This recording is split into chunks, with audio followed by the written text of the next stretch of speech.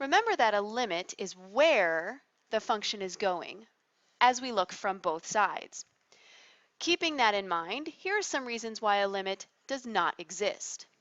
The function could be approaching a different number from the left side of c, the x value, than from the right side of c.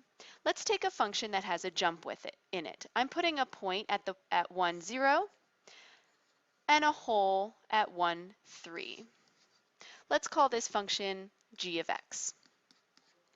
If I explore coming from two different sides, the limit as x approaches 1, the point where there's a jump, from the left for the function g of x equals, coming from the left, up here at 3.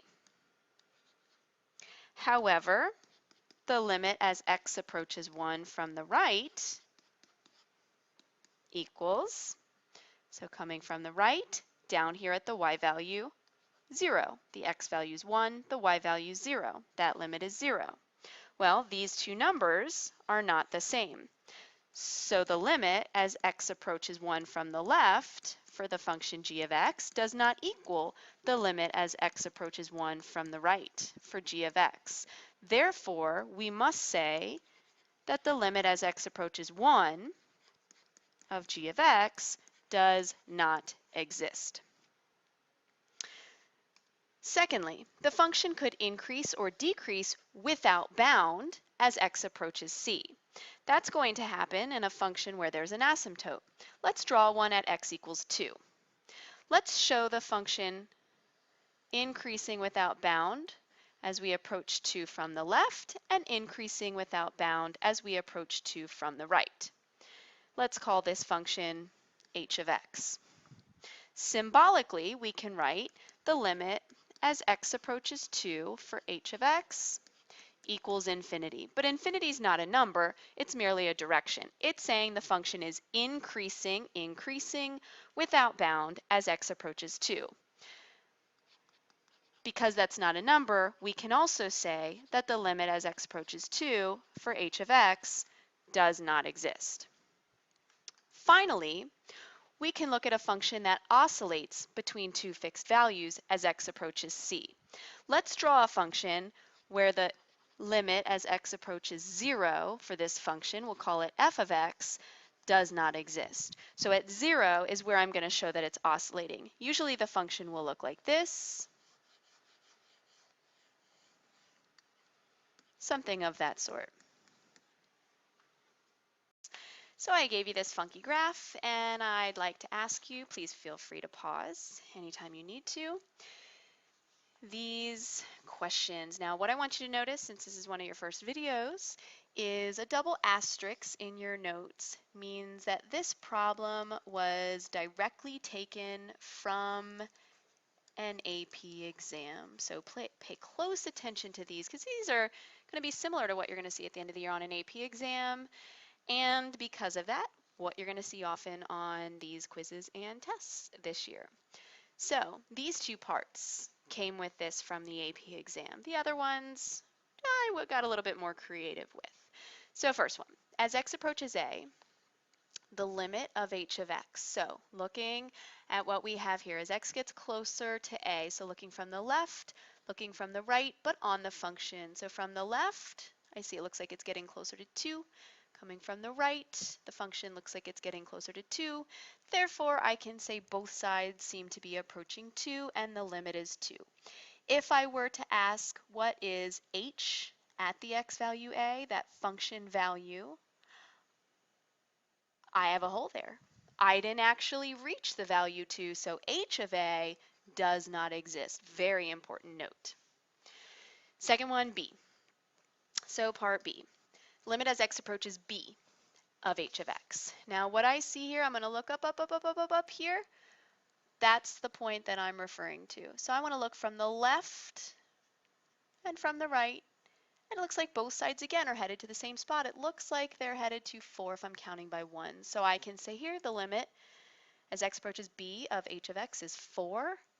And there wasn't a hole this time, there was a point. So if I wanted to evaluate the function, if I wanted to say what is h of b, I can, and it is 4. It does have a value for that one.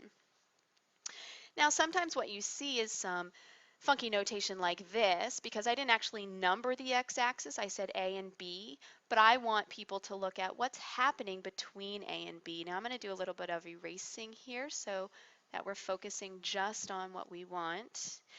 And what I marked in this means adding two numbers, dividing by 2. You remember what that is?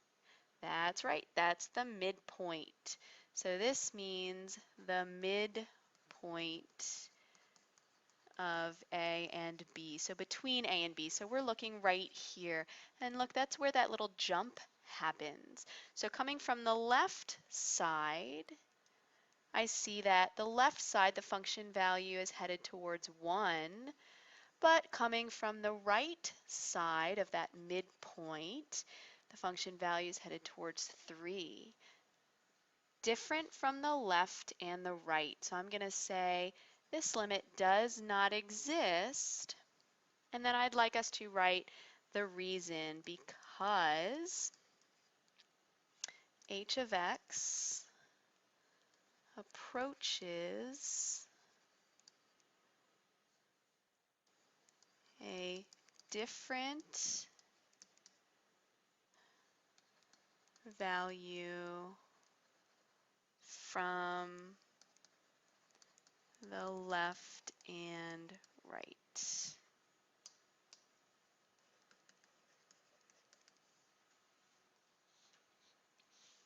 Sometimes you're going to be asked to identify the values of c, your x value, for which the limit as x approaches c, that's how I knew it's an x value, of h of x exists, on what intervals. So the only place that I see in this picture that the limit does not exist is the midpoint between A and B. Now sometimes you're going to want to define some things in your picture to make it a little bit easier. So I'm going to go ahead and define this midpoint to be E. And over here I'm going to say let E equal A plus B over 2. Then I don't have to use A plus B over 2. This is a little simpler. So I'm going to say, using interval notation, that it's from negative infinity. If I assume the graph were to keep going in this direction and in this direction, up to E, union E to infinity. Other ways to say it, not interval notation, although this says intervals, so this would be my good answer, or for all x not equal to E. That's another way, but it asks for interval notation on this one. Let's look at a few graphs. So go ahead and grab your graphing calculator, and we're going to use the graphing calculator to find the limit if it exists, and if it doesn't, to explain why. Now if you were to go ahead and plug this into your graphing calculator, what you're going to see is something along the lines of vertical asymptote and this and this. That vertical asymptote is happening where the denominator equals 0, which is where x equals negative 2. So there's our vertical asymptote. Therefore, there's probably not going to be a limit. So as x approaches negative 2, we're going to say here that this limit, as x approaches negative 2 of x squared plus 2 over x plus 2, does not exist. And remember that they told us to explain why. So we're going to say because the function is increasing and decreasing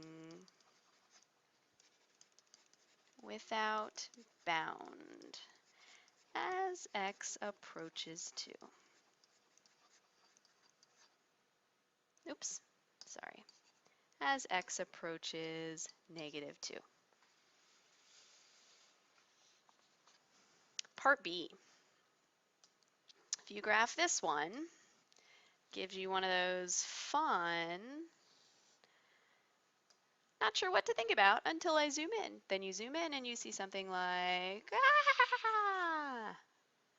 Well, zoom in all you want, and you are going to not get a better picture really than that. This limit doesn't exist either. And let's go ahead and say why. Because the function is oscillating as x approaches 0. And lastly, here's an absolute value function. If you were to graph it, what you're going to see is something like, pulling out your graphing calculator, and it goes zip, and you don't really see what's happening here. It is a hole. And then zip, and again, you don't really see what's happening here. It's a hole. If you look closer into your table, then you can see it says error. So we see that as x approaches 0, coming from the left, different than coming from the right. Therefore, again, we're going to say does not exist, and our reason, because the limit from the left is different than the limit from the right. Now, I'd like to show you a little bit more of why that is. So I'm going to flip the page to give you just one quick little reason, and we're going to touch on this more another time. But I'd love for you to know where that graph comes from, and it's never too early to start understanding why. So let's call our function y. Y equals the absolute value of x over x. Now remember, the absolute value makes the numbers, the variables, positive. The number's positive. So if we take away the absolute value, it turns into a negative perhaps, or a positive. We have to account for both. But when is it negative and when is it positive? Remember, what we were looking for was as x is approaching 0. So if we think of when is it going to be those same values, if we plug in something from the left like -1, -1 in there. Let's just take -1 for example. We've got the absolute value of -1 over -1. That equals 1 over -1, which equals -1. That's if we're looking at values less than 0. If we're looking at values of x greater than 0, like +1 over +1, that's 1 over 1 or 1. Now, of course, that works if we were to plug in anything less or greater than 0. So less than 0, -2 over -2. Well, the absolute value turns that into +2, turns that into -2, and still -1. Same thing here. Pick something greater than 0, like 3. 3. So that still turns into 3 over 3, which is still 1. So coming from left of 0, we get -1. Coming from right of 0, we get +1. And that's why the graph looks like it does in your calculator. So we're really going to show this as -1 for all values of x less than 0 and +1 for all values of x greater than 0. So you really don't ever need your calculator for these. Again, you know that less than 0, boop, down here at -1, greater than 0, up here at +1. Awesome.